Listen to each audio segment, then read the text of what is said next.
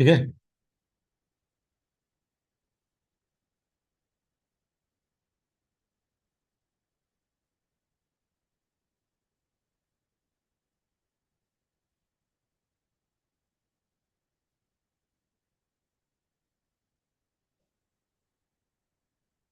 चलो, difference between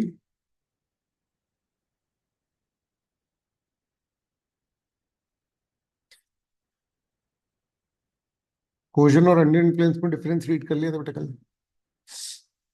coercion में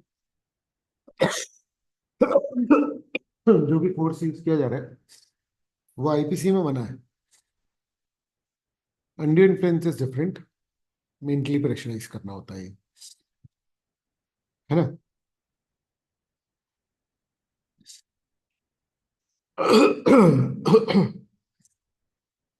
ठीक है, फिर क्या है?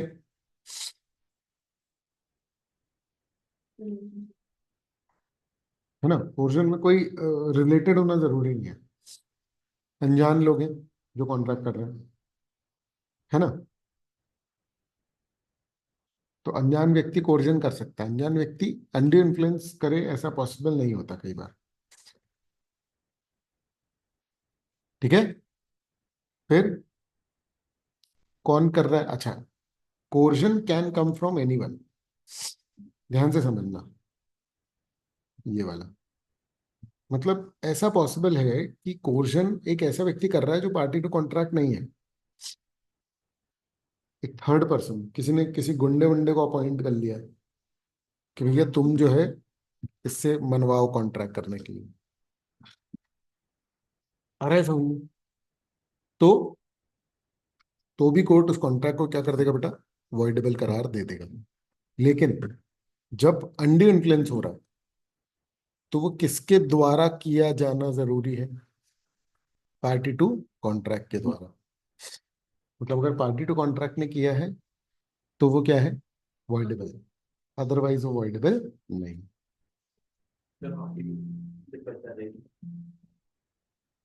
ठीक है। हेलो। अरे कहाँ हो भाई?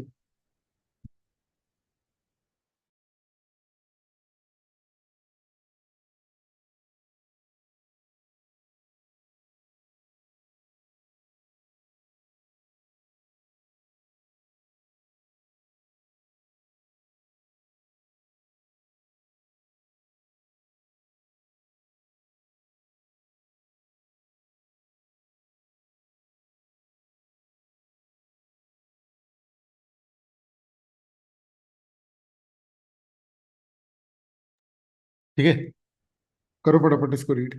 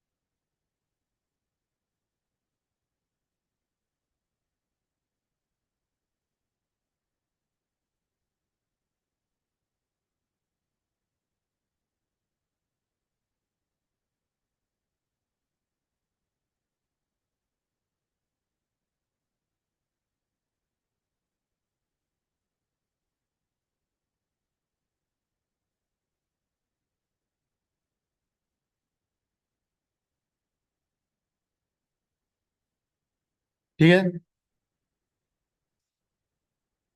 है ना? अच्छा, इसमें कॉन्ट्रैक्ट वॉइडेबल अकेला होता है, किसमें? कोर्जन में। अंडर इन्फ्लुएंस में वॉइडेबल भी होता है, और कोर्ट इसको विथ चेंजेस भी क्या कहते हैं, इन्फोर्स कर सकता है। इसमें जो बेनिफिट्स मिले वो रिटर्न करने पड़ेंगे, और फुली, इसमें जो है बेनिफिट्स फुली या पार्टली भी हो सकता है। ठीक है।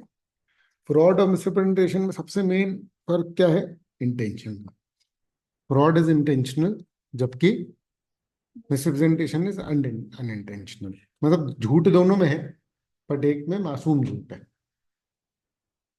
नॉलेज ऑफ ट्रूथ, फ्रॉड में मुझे पता है कि जो मैं बोल रहा हूँ वो सच नहीं है, जबकि मिसरिप्रेजेंटेशन में मुझे नहीं पता है कि जो मैं बोल रहा हूँ वो झूठ है। डैमेजेस किस में वसूल सकते हैं आप? फ्रॉड में। और अगर फ्रॉड में आपके पास मीन्स टू डिस्कवर ट्रूथ हो तो भी वो फ्रॉड है, और तो भी कॉन्ट्रैक्ट क्या है? वॉइडेबल। जबकि मिसरिप्रेजेंटेशन में अगर आपके पास ऑर्डिनरी डिलीजेंस से ढूंढने का अधिक वो हो, तो क्या होगा? हाँ, कॉन्ट्रैक्ट वैलिड रहता है। अच्छा, याद रखना, ये वाला जो पॉइंट है, ये फ्रॉड में क्या है? फ्रॉड में मीन्स टू डिस्कवर तो भी वो फ्रॉड है, बट अगर साइलेंस इक्वल टू फ्रॉड वाला है, तो इस पॉइंट का इफेक्ट उल्टा हो जाता है। साइलेंस है फ्रॉड वाले में, मीन्स टू डिस्कवर ट्रूथ है, तो कॉन्ट्रैक्ट वैलिड हो जाता है। हाँ, फ्रॉड में भी वैलिड, हाँ, साइलेंस इक्वल टू फ्रॉड वाले केस में। ठीक है ना? तो ये बहुत इंडिपेंडेंट इंपॉर्टेंट चीज है। क्यों? क्योंकि हर एक चीज पर आपका क्या बन सकता है? कॉन्ट्रैक्ट। मतलब हर एक चीज पर बन सकता है, और हर एक चीज पर एक सिंगल पॉइंट पर आपका एग्जाम क्वेश्चन डिपेंड हो सकता है। आपका एग्जाम क्वेश्चन एक पर्टिकुलर सिंगल चीज पर भी डिपेंडेंट हो सकता है। क्लियर है? इसीलिए क्वेश्चन आंसर्स करने की प्रैक्टिस एक तो बहुत अच्छे से कर लेनी। समझ में आ रहा है? प्रोविजन तो हमेशा ही कम पड़ेंगे। चलो, now will start with mistake. ठीक है ना? देखो, मिस्टेक मिस्टेक क्या होती है, मैं तुमको प्रैक्टिकली बताता हूँ क्या मिस्टेक है ना। और उससे तुम समझोगे कि मतलब उसका कॉन्ट्रैक्ट पे क्या असर पड़ेगा। कानून में क्या लिखा है वो तो मैं तुमको बताऊंगा ही, समझ में आ रहा है? लेकिन जब मैं तुम्हें एग्जाम्पल बताऊंगा ना, तो बिना कानून जाने भी तुम्हारे दिमाग में कॉमन सेंस के थ्रू वो आ जाएगा डिसीजन, कि अच्छा ऐसा होगा क्या। क्लियर है? तो अब सुनना ध्यान से। मैंने तुम्हारे साथ मैं तुम्हारे पास आया, मैंने बोला कि यार कैलकुलेटर खरीदोगे? तुमने बोला हाँ। मैंने कहा 300 रुपये का देंगे, तुमने कहा ठीक है। मैंने कहा तो फिर ठीक है, डिसाइड हो गया, हम तुमको कैलकुलेटर देंगे, तुम हमको 300 रुपये दे देंगे। मैं बेच रहा हूँ कैलकुलेटर, है ना? अब क्या हुआ, कोई और आया, उसने बोला कि अरे यार कैलकुलेटर अच्छा है, हमको दे दो। हमने कहा अरे नहीं, वो तो उससे बात कर लिए 300 रुपये में। कह रहा मैं 350 दे दूंगा। मैंने कहा 350 दे दूँ, ठीक है तुम ले जाओ। ठीक है। अब वो आया, उसने बोला कि हाँ दो कैलकुलेटर। मैंने कहा नहीं, तुमको नहीं दे रहे, ये तो 350 में बात हो गई। तो तुम कह रहे नहीं देना पड़ेगा ये तो 300 रुपये में। तो हमने कहा क्यों? तो तुम बोल रहे हो कि कानून में लिखा है। और मैं कह रहा हूँ कि ये क्या होता है, ये कानून क्या है? ऐसा ऐसा क्या है, ये चक्कर क्या है? कानून में लिखा है मतलब क्या? हम नहीं मानते, कौन बोल रहा है? ठीक है। तो तुमने बोला कि भैया देखो, देश का कानून होता है, सबको निभाना पड़ता है, और अगर आपने एक बार तय कर लिया है तो वो आपको निभाना पड़ेगा। तो फिर अब मैंने क्या बोला, मैंने बोला यार देखो समझो, मुझे नहीं पता था ये वाला, ठीक है ना? तो अभी इसको कैंसिल करते, है ना? दोबारा कुछ भी होगा तो मैं ध्यान रखूंगा, ये वाला तो मेरे से गलती से हो गया ना। अगर मुझे पता होता तो मैं तुम्हारे साथ कॉन्ट्रैक्ट नहीं करता। अब तुमने मुझे बता दिया है, तो मुझे पता चल गया, तो गलती हो गई मुझसे, है ना? तो गलती का खामियाजा मत मेरे सर पर डालो। तो अब इस पर्टिकुलर केस में क्या लगता है, इस गलती का खामियाजा मेरे ऊपर आएगा या नहीं आएगा? आई नो, मतलब मैंने अगर, मुझे अगर कानून नहीं पता था, इस गलती को गलती माना ही नहीं जाता है कानून में। इसके लिए एक लाइन चलती है जो बहुत इंपॉर्टेंट है। तुमने बेसिक वाले लेक्चर नहीं देखे हैं, जो डेमो वाले लेक्चर्स हैं? बहुत इंपॉर्टेंट है, वो भेजे थे ना श्रद्धा ने, वो बहुत इंपॉर्टेंट है। समझ ना रहा, पूरा कॉन्ट्रैक्ट का मतलब पूरे लॉज का ही उसमें छुपा हुआ है। Ignorance of law is no excuse, ये बहुत इंपॉर्टेंट है।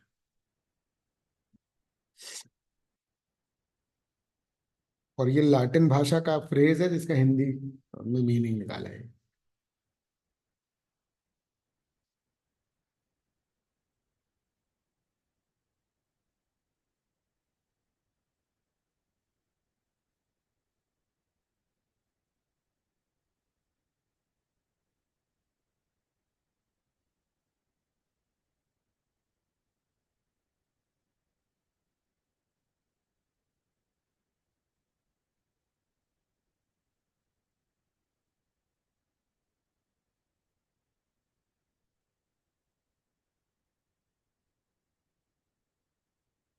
ठीक है, है ना? तो मिस्टेक ऑफ लॉ अगर आपने की है तो ये मिस्टेक नहीं मानी जाएगी, और उस मिस्टेक का कोई रेमेडी नहीं है। Mistake of Indian law particularly, मतलब आप अगर किसी को बोलोगे कि अरे भाई गलती से कॉन्ट्रैक्ट हो गया था, मुझे कानून नहीं पता था, तो कॉन्ट्रैक्ट बन जाएगा। आपका ये कहना कि भाई मुझे नहीं पता था, ये नहीं माना जाएगा। बोलो, है ये क्लियर? है क्लियर? है क्लियर है? तो mistake of law basically is, mistake of Indian law basically is no mistake. Ignorance of law is no excuse. ये एक्सक्यूज कभी नहीं दे सकते आप कि आपको कानून नहीं पता था देश का। अच्छा, मान लो कोई कॉन्ट्रैक्ट ऐसा बेस्ड जो, जिसमें कि मुझे क्या नहीं पता था कि फॉरेन लॉ में ये लिखा है,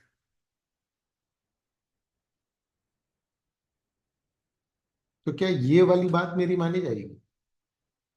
हाँ, ये वाली बात आपकी मान ली जाएगी। मतलब अगर आप किसी को बोलोगे कि अरे सॉरी यार, मेरे को वो कानून नहीं पता था अपने देश का, तो कोई बोलेगा कोई सॉरी नहीं।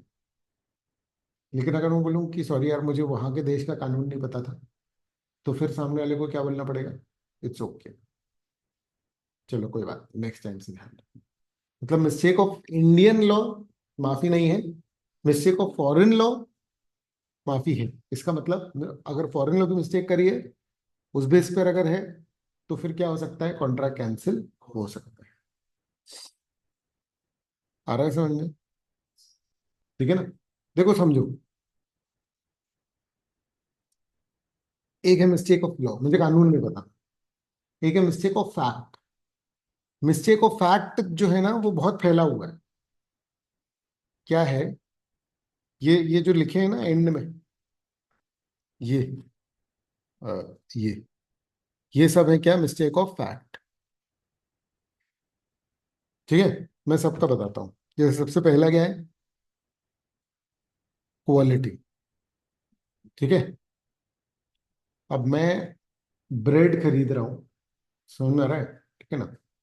और मैंने बोला कि यार एक ब्रेड दे देना, और गलती से मेरे को कौन सी खरीदनी थी? प्लेन आटा ब्रेड, वो मिल्क ब्रेड खरीदनी थी, और मल्टीग्रेन दे दी उसने। समझ में रहा है? ये क्या है?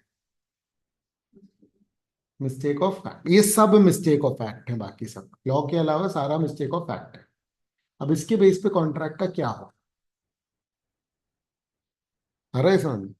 अगर किसी एक व्यक्ति ने, आमतौर पर अगर किसी एक व्यक्ति ने गड़बड़ करी है तो कॉन्ट्रैक्ट कैंसिल नहीं हो।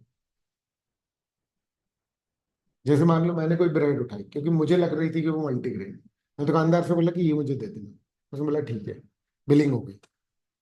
अब मैं बोल रहा हूँ अरे ये तो दूसरी है। दुकानदार ने कोई गलती की क्या? तुमने गलती की ना। तुमने दुकानदार से बोला ये वाली ब्रेड चाहिए, उसने दे दी। अब तुम इसको वापस कर रहे हो। देखो, इमोशंस मत लेकर के आना, इसलिए मत लेकर के आना क्योंकि अगर इसको कानून ने अलाउ किया ना, तो गलत लोग भी तो अलाउ हो जाएंगे, क्योंकि ये तो कभी प्रूव हो नहीं पाएगा कि भाई जो व्यक्ति वापस कर रहा है उससे गलती हुई थी या वो जानबूझकर अब चीजों को चेंज करना चाह रहा है। समझ में आ रही है बात? कानून जिन जगहों पर स्ट्रिक्ट है और एक जेन्युइन व्यक्ति को भी परेशानी होगी, उन जगहों पर कानून सिर्फ और सिर्फ इसीलिए स्ट्रिक्ट है क्योंकि एक अच्छे व्यक्ति का अगर हमने ध्यान रखा ना, 100 चोर जो है वो इस बात का फायदा उठा लेंगे। आ रहा है समझ में? ये रीड करो एक बार।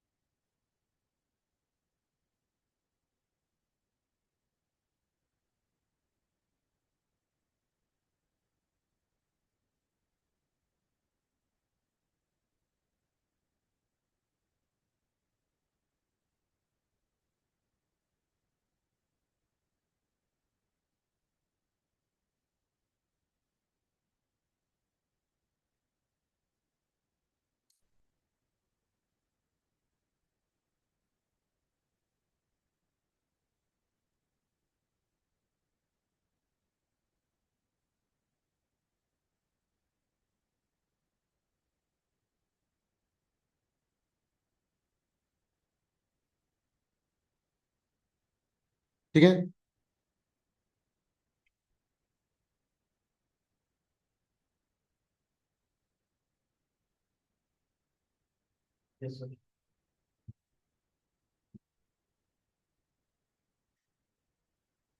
तो बेटा देखो, है ना, a mistake arises when one or both parties have innocent or erroneous belief about a fact or law, leading them to misunderstand each other. Depending on the type of mistake, a contract may be void or valid.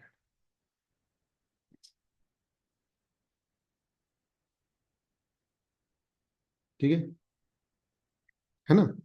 तो mistake क्या है कि भाई मुझे कुछ गलत समझ में आ गया था, ठीक है ना, किसी भी फैक्ट के बारे में या कानून के बारे में, जिससे कि मिसअंडरस्टैंडिंग हो गई और मैंने ये कॉन्ट्रैक्ट एंटर कर लिया।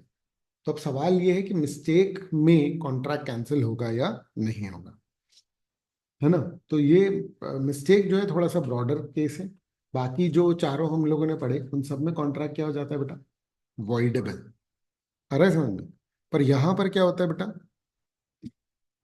कॉन्ट्रैक्ट जो है वो वैलिड होगा या वॉइड होगा, ये अलग अलग केसेस पर डिपेंड करता है। क्लियर है? क्लियर है ना?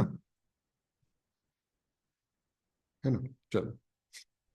तो mistake of law, mistakes of law can involve Indian law और फॉरेन लॉ। ठीक है? मिस्टेक ऑफ इंडियन लॉ, तो अगर इंडियन लॉ है तो कोई रिलीफ नहीं है। Ignorance of law is no excuse, इग्नोरेंटिया जूरिस नॉन एक्सक्यूसेंट। इसमें आप ये इग्नोरेंस वर्ड और एक्सक्यूज वर्ड को पहचान सकते हैं। आ रहा है समझ में? अगर ये लैटिन भाषा का यही फ्रेज आ गया आपको तो फिर आप पहचान जाएंगे। ठीक है? ये बहुत इंपॉर्टेंट है। ठीक है? बहुत सारे लॉ के फ्रेज हैं लैटिन वाले, बट ये इंपॉर्टेंट है। ठीक है? एग्जाम में कौन सा आ सकता है उसके पॉइंट ऑफ व्यू से मैं बता रहा हूँ।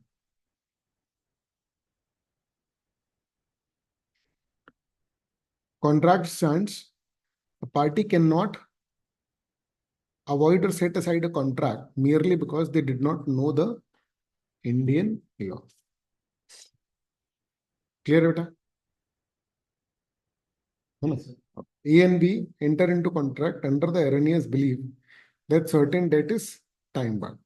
ए और बी ने कॉन्ट्रैक्ट किया, उनको लग रहा था कि भाई कोई एक पर्टिकुलर डेट जो है वो टाइम बार्ड हो गई, मतलब उसको 3 साल से ऊपर हो गए या जो भी है। अच्छा, उनको क्या लग रहा था, कानून में नहीं हुआ था ऐसा। ये कॉन्ट्रैक्ट क्या है?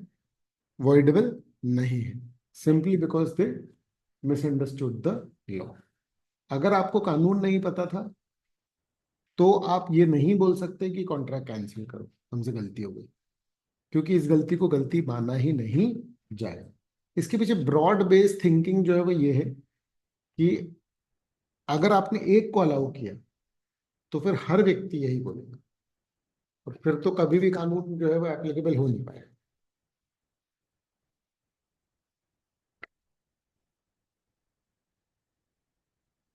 ठीक है ना? ठीक है। जैसे कि अभी बहुत चल रहा है ऑनलाइन, वो देखा है तुम लोगों ने, समय रैना और रणवीर इलाहाबादिया का। अरे समझ में। तो अब देखो क्या है ना, आम लोगों को कानून बिल्कुल भी नहीं पता है, समझ में आ रहा है, और सोसाइटल स्ट्रक्चर भी नहीं पता है। ठीक है, अब क्या है कि भाई देखो, आप कॉमेडी कर रहे हो, समझ में आ रहा है, ठीक है ना? तो अब ऑब्वियस सी बात है, और कानून में भी ये लिखा हुआ है कि भैया इससे जो जनरेशन है उसको गलत प्रभाव पड़ता है। आ रहा है समझ में? ठीक है ना? और ये बहुत ऑब्वियस है, और ये बहुत ब्रॉड बेस्ड बात है, और ये बहुत बड़ी बात है एक्चुअली में। इतनी छोटी नहीं है कि कोई व्यक्ति सिर्फ जोक कर रहा है और हम बोले कि नहीं नहीं, आप तो जोक के पीछे पड़ गए। अच्छा, इतनी सारी प्रॉब्लम्स है, तो पता पॉइंट क्या है कि भाई इतनी सारी प्रॉब्लम्स है, समझ में आ रही है बात, और ये बात सही है। तो इतनी सारी प्रॉब्लम है तो इस प्रॉब्लम को भी छोड़ दें, समझ में आ रहा है? ये कोई एक्सक्यूज नहीं है कि भाई चार चीजें और गलत हो रही हैं तो आप ये क्यों कर रहे हो। अरे भाई ये भी तो गलत ही हो रहा है ना। मेरा पॉइंट ये कि उन चार चीज जो गलत हो रही है ना उन पर भी एक्शन होना चाहिए। समझ में आ रहा है? बट ये एक्सक्यूज कैसे बन गया किसी को सही साबित करने का। समझ में आ रही है बात? क्लियर है? और दूसरा पता क्या, कि जैसे अब उसने एक particular style of comedy use करी। मैं तुमको फैक्ट बता रहा हूँ, ठीक है, कि वो बहुत इंटेलिजेंट है। ठीक है, समय रहना जो है वो बहुत जबरदस्त इंटेलिजेंट है, और उसका ह्यूमर क्वोशिएंट भी बहुत ज्यादा है। बट एक्चुअली में सोसाइटी की समझ मुझे लगता है कि थोड़ी सी कम है, क्योंकि जब आप बिल्कुल फ्री होते हो, अच्छा वो इतने इंटेलिजेंट है कि उसको गाली कहाँ यूज करनी है कहाँ नहीं करनी है, समझ रहे? बट आपकी बात सुन करके अगर मान लो कोई बच्चा कोई स्कूल में किसी और व्यक्ति को गालियां निकालने लग जाए तो, या घर में बैठ करके लोग बच्चे नॉर्मली बात कर रहे हैं और गालियां निकालने लग जाए तो, मतलब क्या सच में हम चाहते हैं कि इतना नॉर्मलाइज हो? और अगर हम नहीं चाहते हैं तो फिर ऑब्वियस सी बात है, ये फ्रीली अवेलेबल कंटेंट तो बिल्कुल भी नहीं होना चाहिए। अरे समझ, बहुत सारी गड़बड़ चीजें, ऑब्वियस सी बात है, इसके पास बैकअप नहीं है, नहीं तो ये भी गलत होके बच जाता। ऐसे पचासों लोग हैं जो गलत होकर के बच रहे हैं। सुंदर है, मैं एज ए पर्सन उसको गलत नहीं मान रहा हूँ, मैं एज ए पर्सन उसको इग्नोरेंट मान रहा हूँ, कि सोसाइटी की जो समझ है ना, और बहुत सारे लोगों को जो लोग सपोर्ट भी कर रहे हैं ना, सोसाइटी पर किस लेवल का असर है इसका। और जैसे कि ये मूवीज आती है ना जिसमें क्रिमिनल एक्ट को जस्टिफाई कर देते हैं, देखो उसको समझने के लिए जो अंडरस्टैंडिंग चाहिए ना, वो बच्चों के पास नहीं होती। सुंदर है, बच्चे बहुत सीधा सीधा प्लस माइनस देखते हैं और प्रोसीजर देखते हैं, उनको कॉन्सेप्ट समझ में नहीं आता। मतलब अगर किसी ने उसने गोली मार दी तो उसका पूरा जो कॉन्सेप्ट उसमें बताया गया, जैसे कि एक मूवी, वो एनिमल मूवी है, उसमें कहता है कि अरे उसने मेरी बहन को छेड़ दिया है, तो वो गन लेकर के पहुंच गया, अरे समझ, और उसने गाड़ी से मार दिया, तो उसने इस बात का ध्यान रखा कि उनकी जान ना जाए, समझ में आ रहा है? और वो उसको जस्टिफाई कर रहा है। लेकिन जब ये चीज कोई बच्चा देखेगा ना, समझ में आ रहा है, तुमको लगता है कि कोई कार चला रहा है, कोई बाइक वाले को बेड़े और वो मरे नहीं। आप इमेजिन करो कि एक एक्ट ऐसा, और वो उसकी जिंदगी बर्बाद हो जाएगी, क्योंकि यहाँ वो बच गया। बट प्रैक्टिकल लाइफ में बहुत कम लोग बच पाते हैं। कानून व्यवस्था है अच्छी, तो किसी ने किया, वो जिंदगी भर के लिए, या मैं कह रहा हूँ 6-7 साल जेल में सड़ गया कोई व्यक्ति जो कि 11th-12th में है, क्या होगा उसका आगे का करियर? उसका सबसे जीवन का मेन टाइम बर्बाद हो जाएगा। खैर, वापस आ जाते हैं अपन लोग, है ना? ठीक है, तो ये हो गया एक। अब इसको किस तरीके से आपको याद रखना है? सबसे पहले, मिस्टेक ऑफ इंडियन लॉ, ये डायरेक्ट क्वेश्चन आ सकता है आपको, है ना, किसी तरीके से कि भाई किसी को नहीं पता था को, वो अलग तरीके से। दूसरी बात, इसका केस आ सकता है आपको कि एक बंदा था, उसने कॉन्ट्रैक्ट किया, उसको नहीं पता था, समथिंग लाइक दैट। ये क्लियर है? तो ये दो टाइप के क्वेश्चन आते हैं, एक डायरेक्ट और एक केस। क्लियर है? अपने आप में इंडिपेंडेंट है और सिर्फ इतना ही डिस्कशन है। क्लियर है? दूसरा जो मैटर है वो क्या है बेटा? Mistake of foreign law. तो इसको आपका एक्सक्यूज मान लिया जाएगा। देखो, जब कानून बनता है, ये वही है, डेमो वाले लेक्चर से एक बार देख लेना तो समझ में आ जाएगा। जब कोई कानून बनता है तो पता है क्या होता है? इट इज अज्यूम्ड कि every single person has read it, understood it, and understood it in its rights। ऐसा मानना जरूरी है, आपने भी सर राइट राइट सेंस। ठीक है, तो सर्दी है ना, तो सही से नहीं निकल रहा है। तो पॉइंट ये है कि भाई आपको क्या करना पड़ेगा, ये मानना जरूरी है। नहीं तो हर बंदा बोलेगा मुझे कानून नहीं पता। तो कोई ट्रैफिक सिग्नल रेड में क्रॉस किया, पुलिस वाला रोक रहा, कह रहा चला रहा हूँ, कह रहा अच्छा ये लाल बत्ती होती है तो रुकना होता है क्या? समझ में आ रही है भाई? हर बंदा यही बोलने लग जाएगा। इसीलिए ignorance of law is no excuse. जो जो भी बनाए गए ना, आप कभी भी कोई एक चीज को एक पहलू से देखोगे तो आप कोई भी ओपिनियन ले सकते हो उसके बारे में। आप उसकी सिर्फ अच्छी अच्छी बातें ले लो, आप उसकी बुरी तारीफ करने लग जाओगे। आप सिर्फ बुरी बुरी बातें ले लो, आप पूरी उसके अगेंस्ट चले जाओगे। और जब आप पूरा एनालाइज करोगे और उसके सारे अच्छाई और बुराई सबको साथ में रखोगे, तब आपको समझ में आएगा कि यार कई बार डिसीजन लेना कितना वैसा होता है। हम लोग बचपन से सही और गलत का डिसीजन तो कर लेते हैं, पर कानून हमको सिखाता है कि दो सही के बीच में ज्यादा सही चुनना।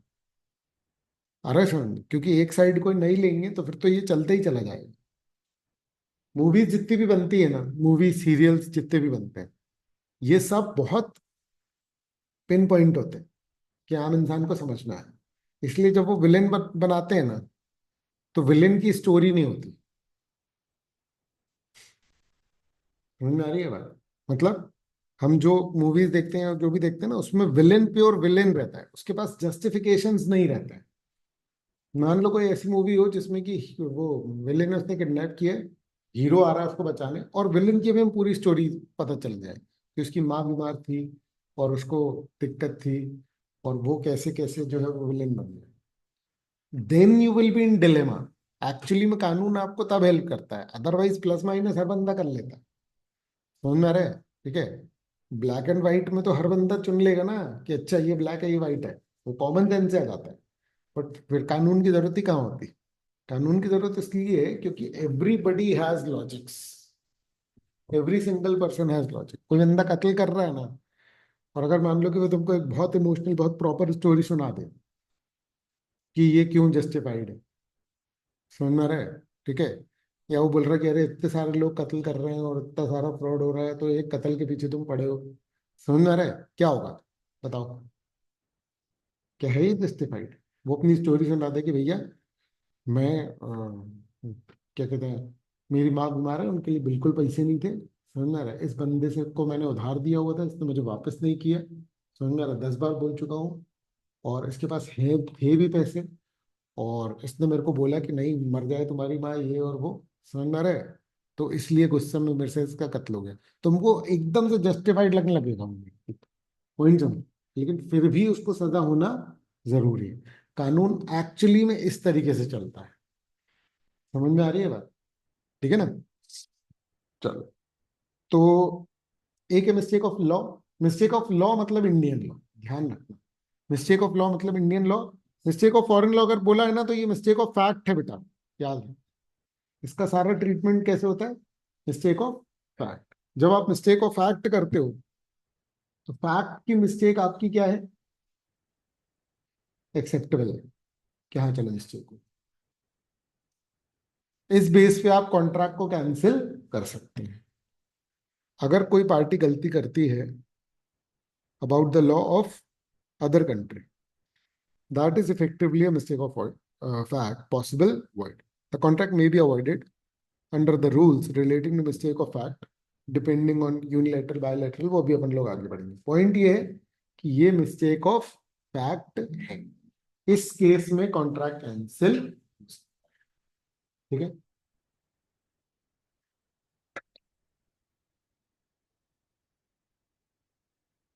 फिर क्या है? Mistake of fact. तो मिस्टेक ऑफ फैक्ट तो मिस्टेक ऑफ फैक्ट है ही, किसी भी कॉमन फैक्ट को लेकर के अगर आपने मिस्टेक कर दी। ध्यान से सुनो, मैं एग्जांपल्स दे रहा हूँ। ठीक है? मान लो कि मैं तुम्हारे साथ कांटेक्ट कर रहा हूँ, क्योंकि मुझे कुछ गलत फहमी हो गई कि तुम तुम्हारा नाम मोहित है। मुझे मोहित के साथ कांटेक्ट करना था और मैंने धोखे से तुम्हारे साथ कर लिया। पूरा ऑफर और एक्सेप्टेंस दोनों हो गया। कॉन्ट्रैक्ट होने जैसे ही हुआ तो मुझे पता चला कि अरे, मैं तो कह रहा, अरे यार मेरे को मोहित के साथ करना था कॉन्ट्रैक्ट, तुम्हारे साथ नहीं करना था। अब बताओ ये वैलिड होगा या वॉइड? समझे ना? और देखो, मान लो कि कोई चीज मैंने खरीद ली, मैंने कहा ये मैं खरीद रहा हूँ। ठीक है? तो मैंने कहा कितने पैसे, तो तुमने बोला कि 200 रुपये। मैंने कहा अरे, मेरे को लगा 20 रुपए का है। कॉन्ट्रैक्ट होने के बाद ये पता चला कि किसी ने मिस्टेक करी है। क्वालिटी का मैंने बता दिया था आपको। आप नॉर्मली सोचो, आप पिज्ज़ा के उसमें बैठे हो, एक फूड आउटलेट में पिज्ज़ा ऑर्डर किया, और आपने बोला कि अरे मैंने ये वाला नहीं किया था, दूसरा वाला किया था। समझ में आ रही है बात? और पिज्ज़ा बन चुका है। अब क्या होगा? समझ में आ रही है बात? तो this is a matter of contract. मतलब मान लो कि आप भी फैल गए कि नहीं यार, ये वाला नहीं किया था हमने। दुकान वो जो ओनर है वो कह रहा है कि नहीं, अब तो वापस नहीं हो सकता। समझ में आ रहा है? फिर फैक्चुअल बेसिस पे पता लगा कि कौन गलत था कौन गलत नहीं था। समझ में आ रहा है? उस बेस पे ये क्या है? Mistake of quality. क्लियर है ना? मैं अपनी जमीन दे रहा था किसी को किराए से, उसको लगा खरीद मैं बेच रहा हूँ। कॉन्ट्रैक्ट जैसे ही हुआ तो फिर उसने देखा, उसने कहा अरे, मेरे को तो लगा खरीदने का है, ये तो किराए का है। अब क्या होगा इस कॉन्ट्रैक्ट का? समझ में आ रही है बात? तो कानून जो है उसने बहुत डिटेल में हर एक चीज को बताया है। ठीक है? अच्छा, अब गलती अगर एक से हुई है तो यूनिलैटरल, दोनों पार्टीज गलती पे हैं तो बायलैटरल। जैसे कि इसमें जो दिया हुआ है कॉन्ट्रैक्ट, वो बताता हूँ कि ए और बी कॉन्ट्रैक्ट कर रहे हैं, है ना? ए के पास एक घोड़ा है, वो बेच रहा है ना? पर एक घोड़ा बेच रहा है, पर जब वो लोग कॉन्ट्रैक्ट कर रहे थे तब ये मर चुका था। आ रहा है समझ में? मर चुका था ये। आ रहा है समझ में? क्लियर है? अब कॉन्ट्रैक्ट जिस समय हो रहा था उसके पहले ही मर चुका था। सिचुएशन समझना। कॉन्ट्रैक्ट कर लिया, उसके बाद मर गया। जब कॉन्ट्रैक्ट कर रहे थे उसके पहले ही मरा हुआ था। कॉन्ट्रैक्ट कर रहे थे उसके पहले ही मरा हुआ था तो इम्पॉसिबल है। तो दोनों लोग गलती कर रहे हैं, कॉन्ट्रैक्ट वॉइड है। आ रहा है समझ में? इनफैक्ट अगर अपन पहले चैप्टर के पढ़ने से सोचें तो वॉइड एग्रीमेंट है, ये हो ही नहीं सकता कॉन्ट्रैक्ट। फिर अगर घोड़ा उसमें डिलीवर करने के पहले ही मर गया तो भी ये कॉन्ट्रैक्ट जो है ये बना था वैलिड था। अब ये क्या हो जाएगा? कैंसिल। वही, दे दिया घोड़ा उसके बाद मर गया, अब ये कैंसिल नहीं हो सकता। आ रहा है ये समझ में? तो इस तरीके से अपन लोग देखेंगे under section 20 and section 22, bilateral mistake और यूनिलैटरल मिस्टेक। तो बायलैटरल से where both the parties to an agreement are under a mistake as to a matter of fact essential to agreement, the agreement is void.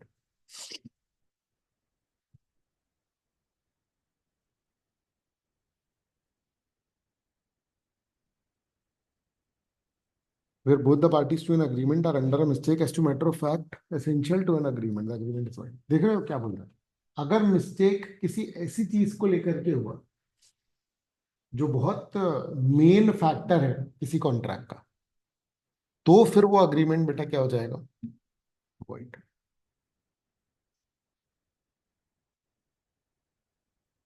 समझ में आ रहा है क्या बोल रहे हैं? अगर कोई बहुत इंपॉर्टेंट फैक्ट को लेकर के क्या हो रहा है, मिस्टेक हो रही है, तो कॉन्ट्रैक्ट बेटा क्या हो जाएगा? वॉइड। क्लियर है ना? सबसे जेनरिक बात तो यही होगी। अब अपन और इंडिविजुअल लेवल पर देखते हैं, ठीक है? तो सबसे पहला क्या है? Both the parties under mistake, याद रखो। बोथ द पार्टीज अगर मिस्टेक में है तो कॉन्ट्रैक्ट वॉइड हो जाएगा, है ना? बायलैटरल मिस्टेक है तो कॉन्ट्रैक्ट क्या होगा बेटा? वॉइड। बायलैटरल मिस्टेक में कॉन्ट्रैक्ट क्या होगा? वॉइड। क्लियर है? क्लियर है? अब बोथ पार्टीज अंडर मिस्टेक,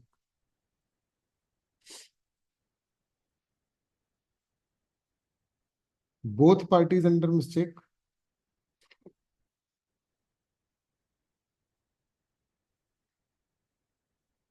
ये हो गया एसेंशियल फैक्ट। एसेंशियल फैक्ट जैसे कि आइडेंटिटी बहुत एसेंशियल, मुझे ए के साथ कॉन्ट्रैक्ट करना था और मैंने धोखे से बी के साथ कॉन्ट्रैक्ट कर लिया, ये वॉइड है। समझ में आ रहा है? इस गलती पे वैलिड नहीं होगा। देखो हर एक बात जो मैं बता रहा हूँ ये अलग अलग केस लॉ है एक तरीके से। आ रहा है समझ में?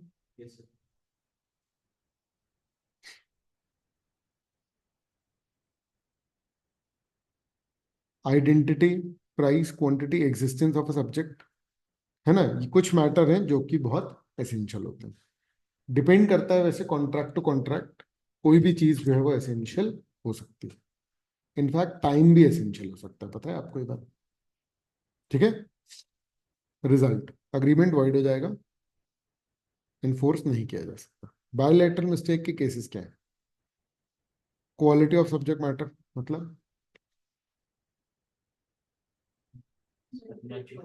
ये जो कुर्सी है ना, ये स्टील की है और मेरे को लग रहा है कि यार इसमें कुछ और मटेरियल लग रहा है, तुमको भी लग रहा है कुछ और मटेरियल है और हम ये कॉन्ट्रैक्ट कर लेंगे। Bilateral mistake as to quality, mistake as to existence, goods godown में थे, आग लग चुकी थी। हाँ वाइड, बायोलैटरल मिस्टेक में सारे वाइड होते हैं, ठीक है? पर क्या क्या टाइप की मिस्टेक हो सकती है वो मैं बता रहा हूँ। कोई गोडाउन गुड्स पड़े, कॉन्ट्रैक्ट करने से पहले ही वो जल चुके हैं, ना मुझे पता है ना तुम्हें पता है, ये क्या है? Bilateral mistake as to existence. Mistake as to identity, identity of the subject matter, मतलब मैं तोता खरीद रहा हूँ, उसने अपने हाथी का नाम तोता रखा हुआ है। आ रहा है समझ में? ये क्या है? आइडेंटिटी का ही, वो सब्जेक्ट मैटर की आइडेंटिटी का mistake. Mistake as to title, मैं तुम्हें कुछ बेच रहा हूँ जिसपे मेरी ही ओनरशिप नहीं, मेरी ही ओनरशिप नहीं है किसी प्रोडक्ट में, और वो मैं तुम्हें बेच रहा हूँ, क्या होगा? वॉइड। वॉइड, वॉइड, मेरी ओनरशिप है ही नहीं। समझ में आ रहा है? मिस्टेक एज टू प्राइस, मुझे लग रहा था कि 20 रुपए का है जबकि कितने का है? 200 का। आ रहा है समझ? मिस्टेक एज टू क्वांटिटी, है ना। सब्जी वाले से मैंने कहा कि भैया टमाटर कितने के, उसने बोला कि 20 रुपए। मैंने कहा दे दो, उसने आधा ही किलो दिए। मैंने कहा अरे मुझे लगा 20 रुपए के 1 किलो है। समझे कि नहीं? क्लियर है? Sir mistake if you title में सर ओनरशिप, टाइटल मतलब ओनरशिप। एज एजेंट तो हो सकता है ना। हाँ हाँ, वो हो सकता है। उसमें टाइटल की मिस्टेक नहीं है, उसमें तो पार्टी अलग आ रही है ना। है ही नहीं, मेरे पास टाइटल है ही नहीं। यस।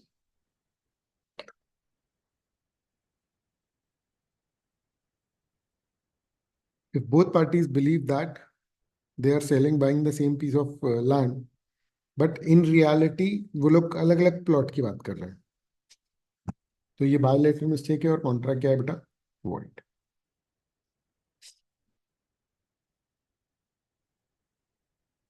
बोलो। क्लियर है?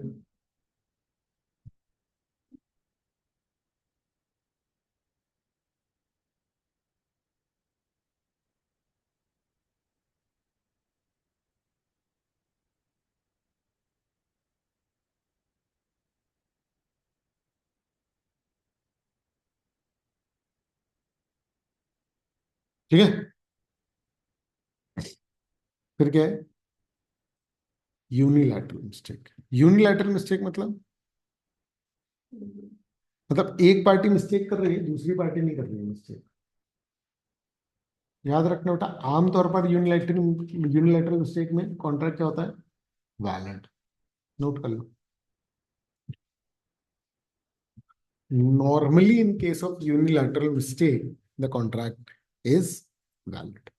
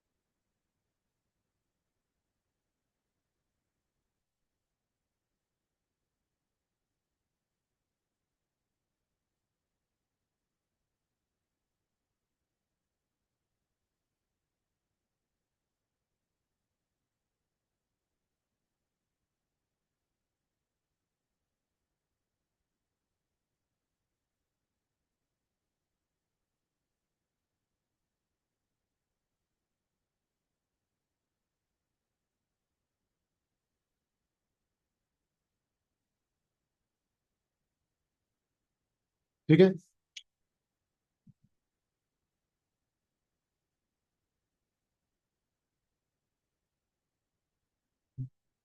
The contract is not voidable merely because it was caused by one of the parties uh, to it being under a mistake as to matter of fact.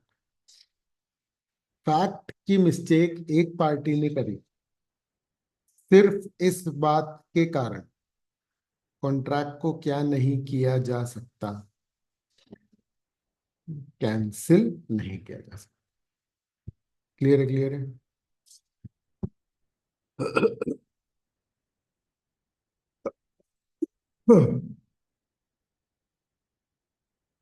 अच्छा, याद रखना, सिर्फ एक पार्टी को कुछ मिसकंसेप्शन हुआ है, दूसरी पार्टी को कुछ वो नहीं है। ठीक है। Effect, the contract generally remains valid. A unilateral mistake typically does not affect the contract's enforceability unless certain exceptions apply. आ रहा है समझ? यूनिलेटरल मिस्टेक हुई तो भी कॉन्ट्रैक्ट क्या होगा? एनफोर्सेबल, अनलेस, जब एक्सेप्शन होंगे। एक्सेप्शंस क्या है? एसेंशियल वाले, जैसे कि आइडेंटिटी। आइडेंटिटी की मिस्टेक यूनिलैटरली भी कॉन्ट्रैक्ट को क्या कर देगी? Void. If one party is wrong about the price or worth of an article, but the other party is correct, there is no misrepresentation, the contract still stand. मैं दुकान में गया, मैं ये बॉटल मेरे को लगा कि अरे यार ये 2,000 की है ना, मैं उससे 1,500 में पूछता हूँ। मैंने उससे बोला कि 1,500 में दे दोगे? उसने बोला हाँ। और कितने में बेच रहा था वो? 1,000 में। मुझे लगा ना 2,000 की है। मैंने बोला 1,500 में दे दोगे? उसने बोला हाँ। अब मैं बोले अरे यार तुम 1,000 की बेच रहे थे, तुमने धोखा कर दिया। तो बताओ उसने धोखा किया क्या? मैंने बोला 1,500 की दोगे, उसने हाँ बोल दिया, दैट्स इट। क्या ही क्लियर है ना?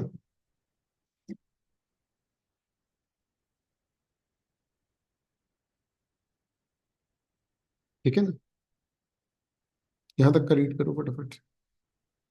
देखो बहुत सारी बातें हैं, बहुत जल्दी जल्दी बहुत सारी बातें डिस्कस हो रही है यार, बात में अलग क्वेश्चन बन सकता है। क्लियर है? इसलिए तुमको इसको बहुत ध्यान से पढ़ना पड़ेगा, मेरे लिए बहुत कैजुअल हो चुकी है अब चीजें। ठीक है ना? तुमको हर चीज को फोकस करके हर एक वर्ड को पढ़ना है, जो चीज समझ में ना आए, जो डाउट है तो वो पूछो।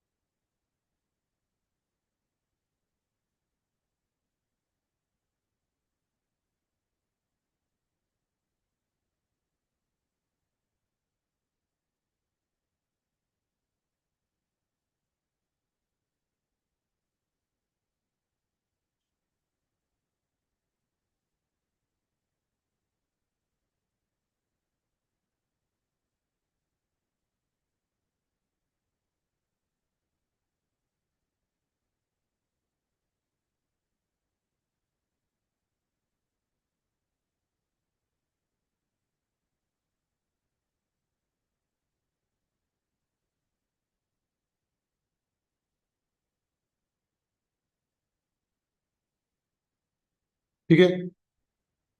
यस।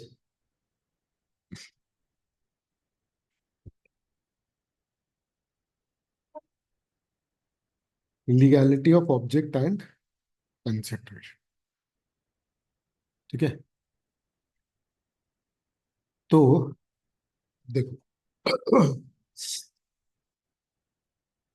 ऑब्जेक्ट यानी जो अल्टीमेट ऑब्जेक्टिव होता है ना आपका,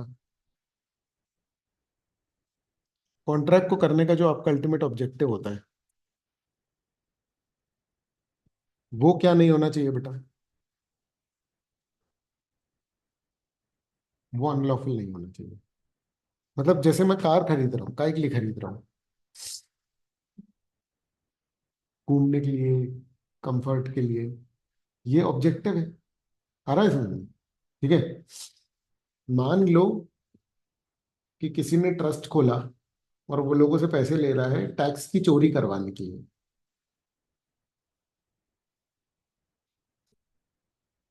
पॉइंट समझ में आ रहा है? तो यहाँ ऑब्जेक्टिव क्या है? अनलॉफुल ऑब्जेक्टिव हो गया। समझ में आ रहा है? देखो दो चीजें हैं, ऑब्जेक्ट एंड कंसिडरेशन। कंसिडरेशन मतलब जिन चीजों का आप आदान प्रदान कर सकते हैं। तो मान लो कि मैं कोई स्मगल्ड चीज आपको दे रहा हूँ पैसे के बदले, तो वो जो स्मगल्ड चीज है वो कंसिडरेशन, और वो कंसिडरेशन क्या है, इलीगल। समझ में आ रहा है? अब मान लो कि मैं आपसे कार खरीद रहा हूँ, पैसे दे रहा हूँ, और मैं आपसे कार खरीद रहा हूँ ताकि किसी को नुकसान हो जाए, किसी को बहुत डेंट लग जाए, कुछ भी ऐसा मेरा मकसद है कि किसी व्यक्ति का बहुत जम के बड़ा नुकसान होना चाहिए। तो वो जो कॉन्ट्रैक्ट है ना बेटा, वो भी क्या हो जाएगा, वही।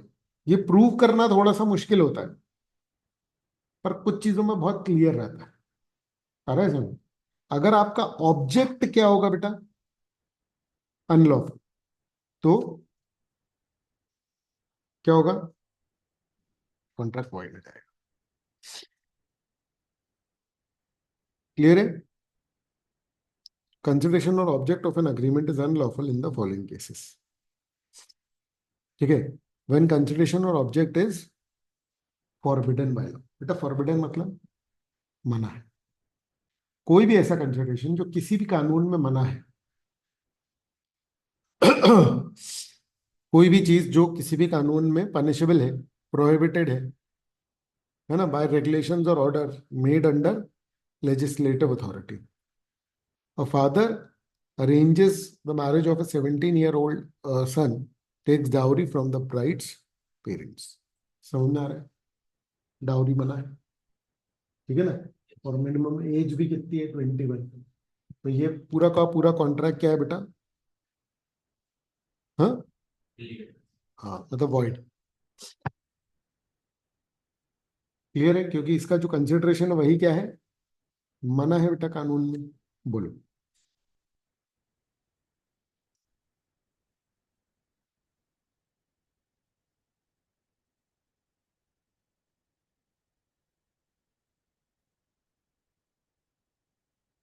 क्लियर है?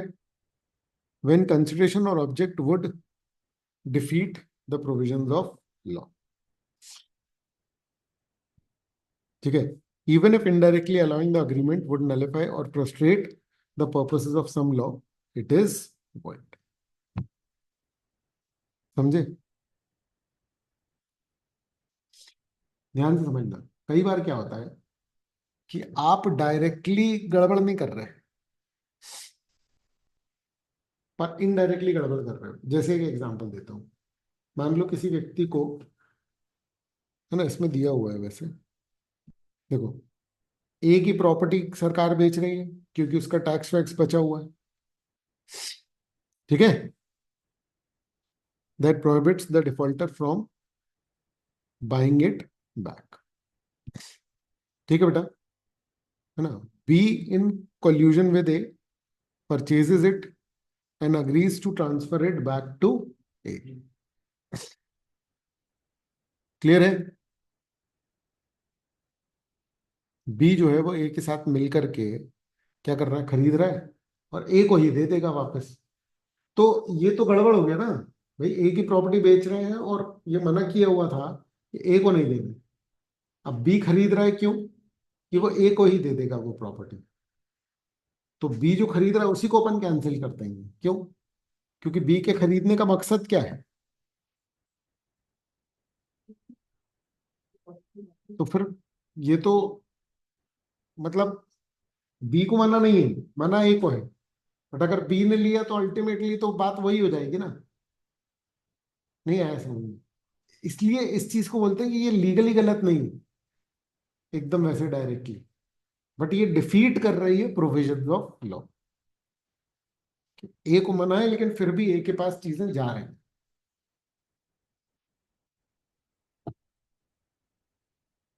बोलो। Yes, है बेटा ये क्लियर? हाँ। yes, sir। तो this effectively defeats the object of the law, preventing the defaulter from regaining his property. ये अग्रीमेंट क्या है, वॉइड। आपको इंडिविजुअली ये सारे पढ़ने पड़ेंगे। क्लियर है? व्हेन इट इज फ्रॉडुलेंट, मतलब व्हेन इट इज फ्रॉडुलेंट मतलब अगर किसी भी कॉन्ट्रैक्ट का ऑब्जेक्टिव ही फ्रॉड है, अगर किसी भी कॉन्ट्रैक्ट का ऑब्जेक्टिव ही फ्रॉड है तो बेटा वो पूरा का पूरा क्या है, वॉइड। आ रहा है समझ में?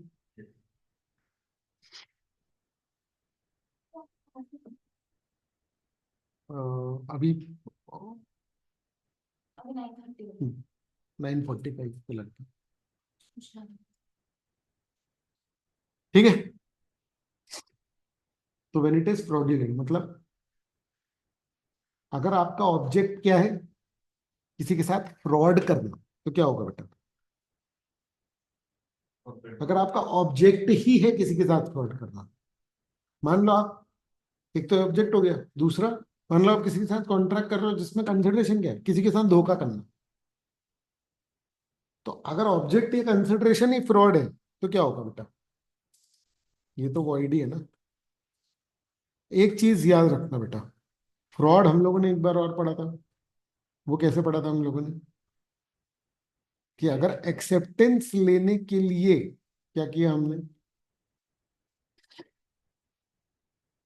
एक्सेप्टेंस लेने के लिए हमने फ्रॉड किया, वो कॉन्ट्रैक्ट वॉइडेबल है। इस कॉन्ट्रैक्ट का मकसद ही फ्रॉड करना है, क्या है ये? अभी तो मुझसे भी फ्रॉड करने आता नहीं, है टेक्निकल गुड। नहीं, उसका मकसद था एक्सेप्टेंस जनरेट करना।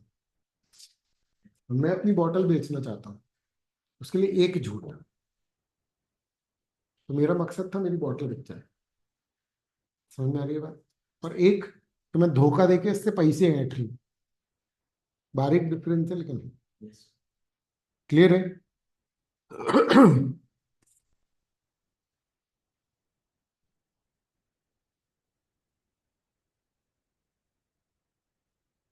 ABC agree to divide gains acquired by fraud.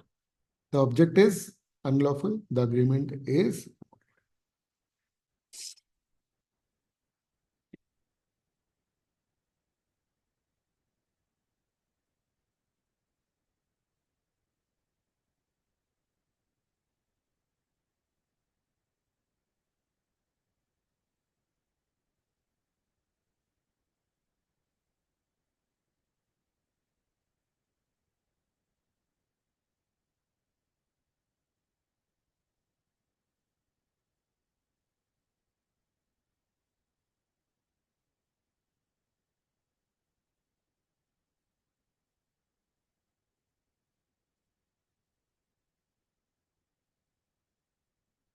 ठीक है, ये क्लियर है। यस। अगर आप जो भी कॉन्ट्रैक्ट कर रहे हो उससे किसी भी व्यक्ति को या उसकी प्रॉपर्टी को नुकसान होने वाला है, इंजरी होने वाली है, ऐसे सारे कॉन्ट्रैक्ट भी क्या है बेटा? वॉइड। इंजरी मीन्स क्रिमिनल और wrongful harm to a person और प्रॉपर्टी। अगर एक कॉन्ट्रैक्ट का, अगर एक अग्रीमेंट का जो ऑब्जेक्ट है, कंसिडरेशन है, वो है किसी को नुकसान पहुंचाना, तो वो अग्रीमेंट बेटे क्या है? वॉइड।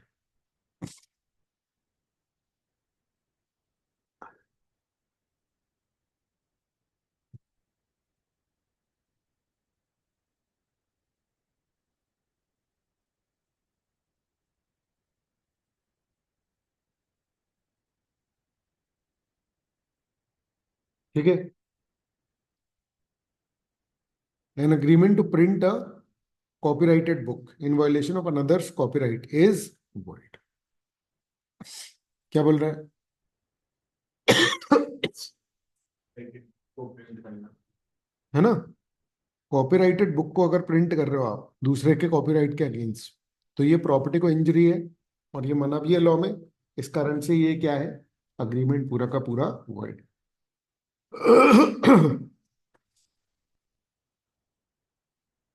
क्लियर है?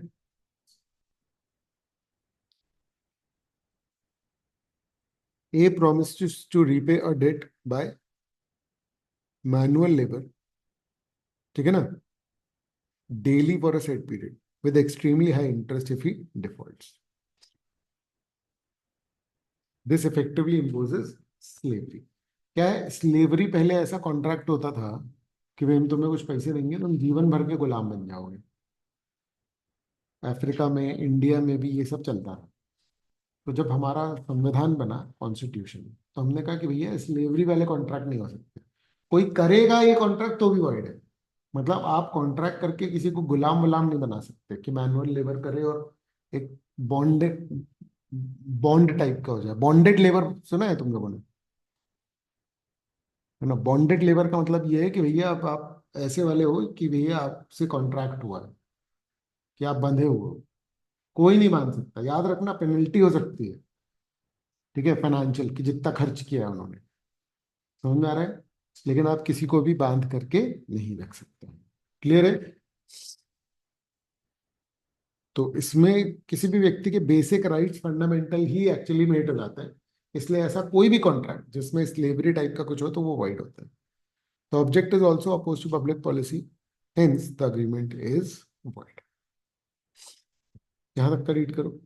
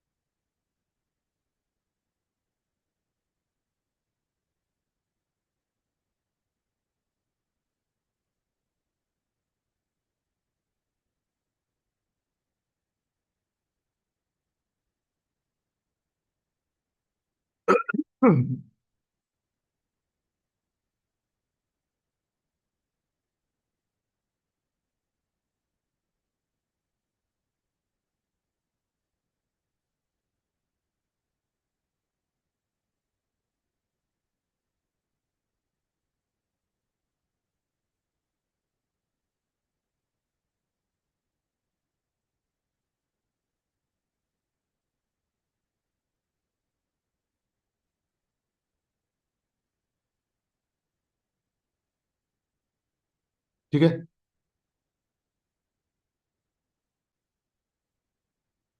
बाकी दो बहुत सिंपल से हैं।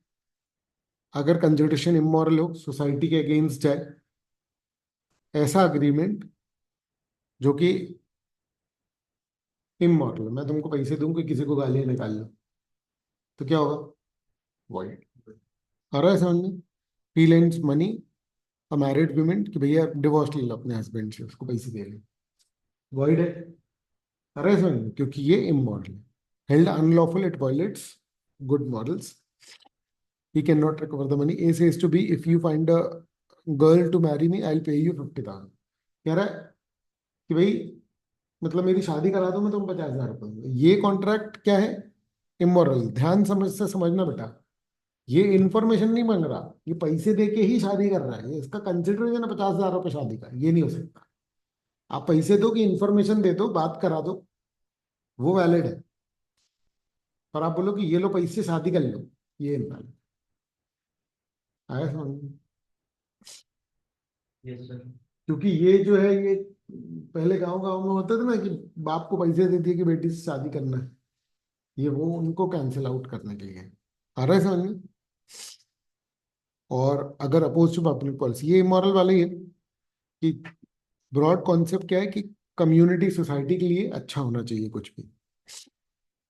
Court restricts public policy to preserve freedom of contract, है ना? They only forbid those contracts that harm public welfare.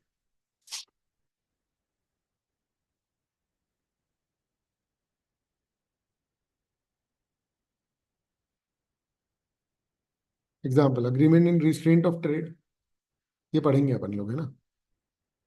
Agreement to stifle criminal prosecution, agreement prejudicial to administration of justice, है ना? ये अपन लोग डिटेल में करेंगे। ठीक है, चलो, यही करते हैं आज।